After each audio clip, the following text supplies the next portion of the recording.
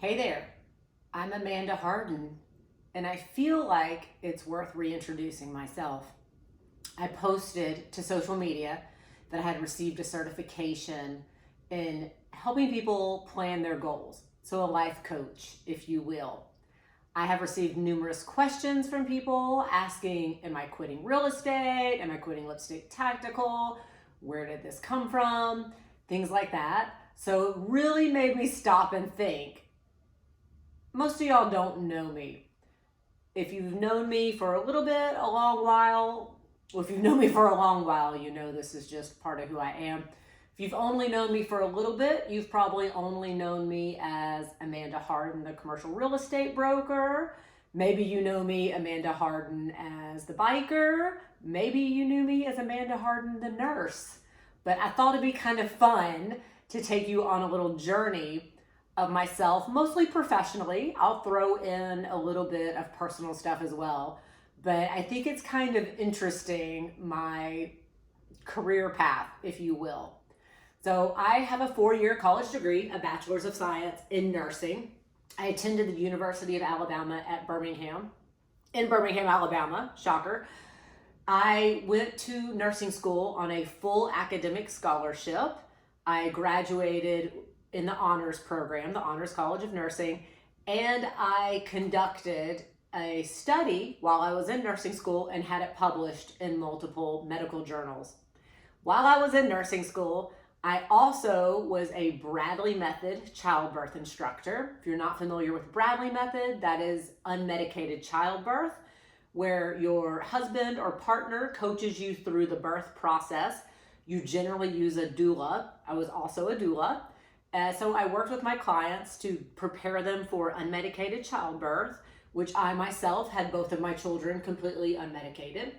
And we also write birth plans, and I attended numerous births over the 4 years that I was a Bradley Method instructor. Prior to that, I was a human anatomy lab instructor at UAB. We had actual human cadavers, which was really cool and exciting. I taught undergraduate human anatomy lab, and I actually designed the test. I wrote them, I taught the class. It was the coolest thing ever. Have to say, probably one of my most favorite jobs of my entire life. I also took advanced dissections in college, which was incredibly cool to me. We were each assigned a different portion of a brand new cadaver, and my part was the brachial plexus. So I spent an entire semester dissecting out the brachial plexus of a human cadaver. Absolutely loved it. So I graduated from college. By the time I graduated from college, I had 2 children. I had my son right as I turned 19, and then I had my daughter right before I graduated from nursing school. So I was a very young mom and had my hands very full. Graduated from college, started working as a nurse, realized that maybe I had not chosen the right career path for me. Love the medical field, love all my nurses, just came to the realization that maybe it was not my calling as I thought it was. But I did go on to work as a nurse briefly. I was also married at the time, and I was afforded the opportunity to stay at home for a little while our daughter was very young. So I did do that. I stayed at home. I proceeded to live a pretty typical suburban housewife life in Alabama. I was a member of the junior league. I was president of my garden club. I was on the PTA and in a tennis league. So if you know me now in my life, your head's probably kind of exploding.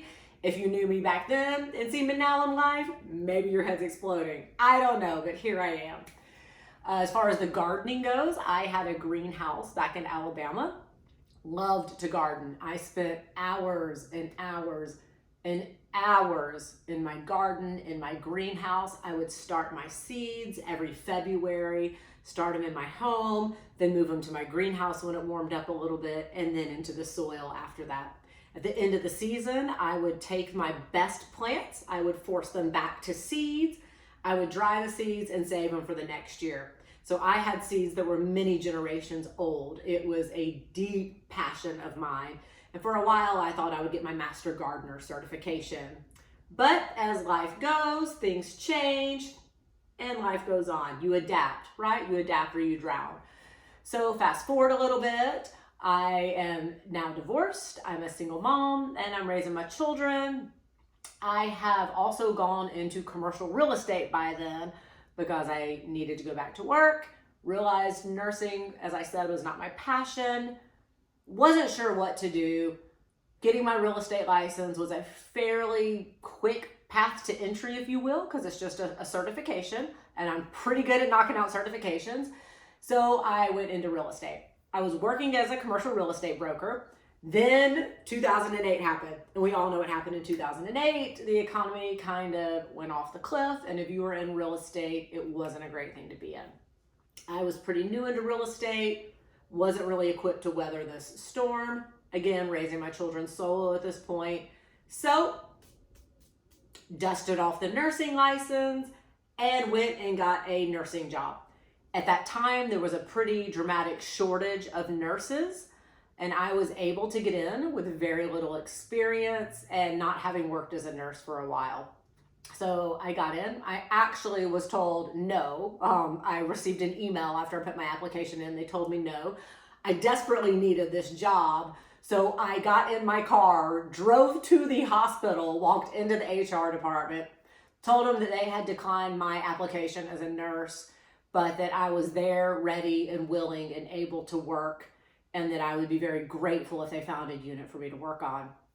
And lo and behold, if you do not ask, you do not receive. Literally, the woman in the HR department walked me to a unit that was desperate for nurses, which after working on it for a little while, I understand why.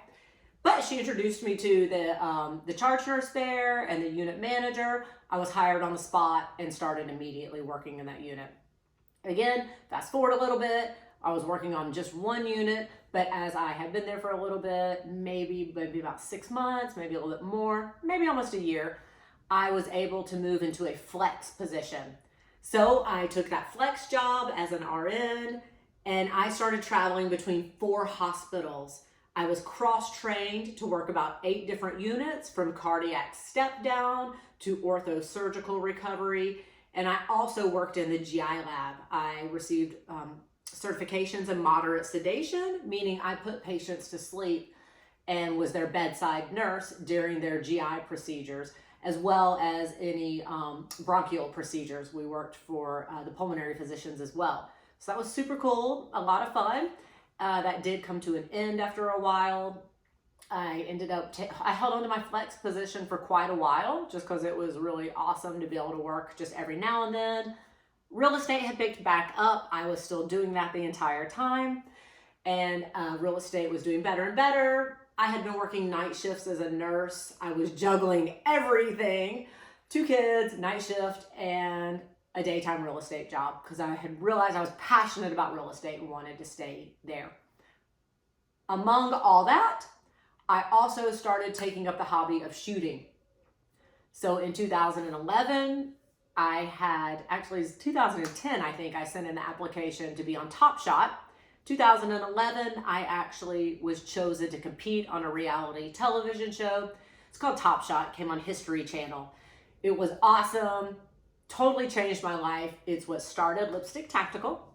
So I competed on Top Shot while working flex as a nurse, while being a commercial real estate broker, while raising my 2 children solo. A lot going on.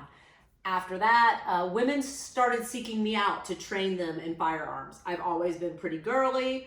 I was sponsored after Top Shot by an AR-15 manufacturer, the Black Rain Ordnance, to shoot for them. I shot 3 gun competitions. I shot USPSA as well.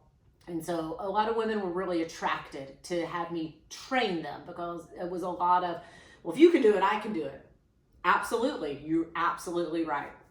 So I was not officially qualified to train people with firearms. So I got a bunch of NRA certifications and became a firearms instructor while juggling nursing, while juggling 2 children, while juggling real estate, right? You see where this is going. I just kind of do everything. I love knowledge. I love to be busy. This would be a great time for me to insert the fact I have not had a television in my home in over 14 years. Probably social media, I guess, could be considered my television consumption. I do try and manage that and not overdo it. But watching television, I don't do it. I don't really watch any shows online. I've kind of gotten into Yellowstone, but I only download those episodes and watch them when I'm on airplanes. So that is the extent of my screen sucking, if you will. So there is a reason why I have so much time. I also just have a lot of energy. I treat my body pretty well these days. Didn't always, another story for another time. But my energy levels are good. I feed myself healthy, I sleep well, I exercise. So I have a lot of energy and mental capacity every single day to dive in and pour myself completely into what I'm doing. So here we are. I'm a firearms instructor, I'm a nurse, and I'm a commercial real estate broker. And that's pretty much kind of what I've been juggling ever since. I did leave nursing in 2012, I think it was. The hospital I was at laid off the entire flex pool because that's what hospitals do when they want to save money. They never look at the C-suite. They never look at the consultants they're hiring. They never look at the inefficiencies of the processes in the hospital. They always lay off the nurses, and then they get really whiny and be like, oh, we have a nursing shortage. But anyway, they needed to cut costs, so they laid off the entire float pool of nurses at this hospital system in Alabama. That's what I was part of. So I got laid off. Real estate had picked back up by this time, so I really didn't think much of it. Just another chapter, cool, we'll close it. My nursing license is still active. I am an active RN. Obviously, I've moved to Colorado. I have been in Colorado for about 8 years now. I did pull my nursing license to Colorado.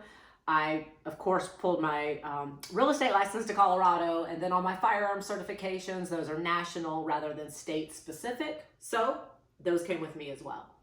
I have been working very diligently as a commercial real estate broker for the last 6 years. But the first 2 years in Colorado, I worked in the firearms industry. Just kind of trying to figure out what I was going to do with my life. I even opened up the door to maybe go back into healthcare in Colorado. Didn't really have a solid plan. Commercial real estate has treated me very well. It's been quite lucrative. I've been very passionate about it. But Lipstick Tactical and training has always been of key interest to me. I've always loved teaching. I've always loved training. And I love empowering people.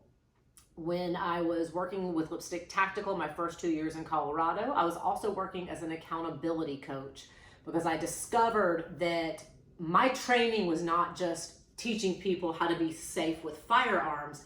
It was literally empowering people to go out and take bold, big risks in their lives. People were taking these road trips that they had never taken before solo.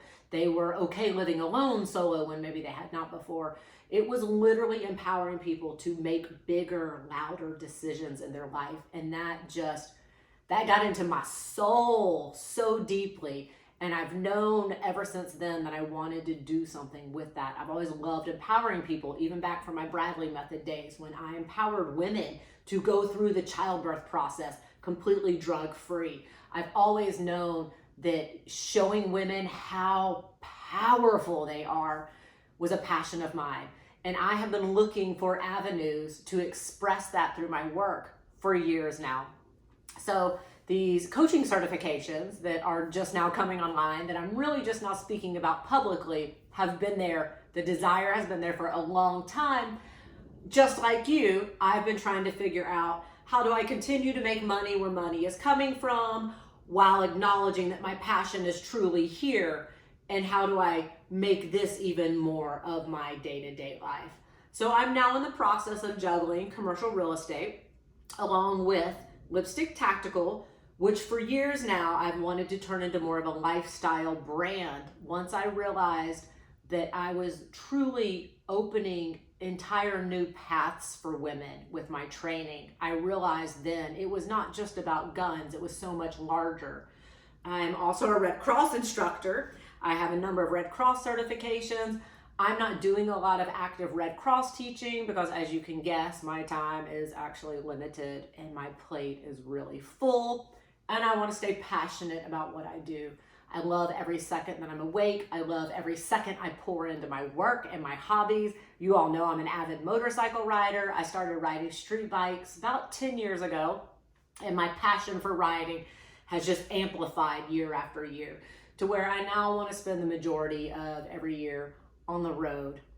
So I am working towards some very large goals I've not shared publicly. If you're in my tight private circle, you know exactly what I've got on my plate for this year. You know exactly what my timelines are. You know all the certifications I'm working on, and you know every move I'm going to make.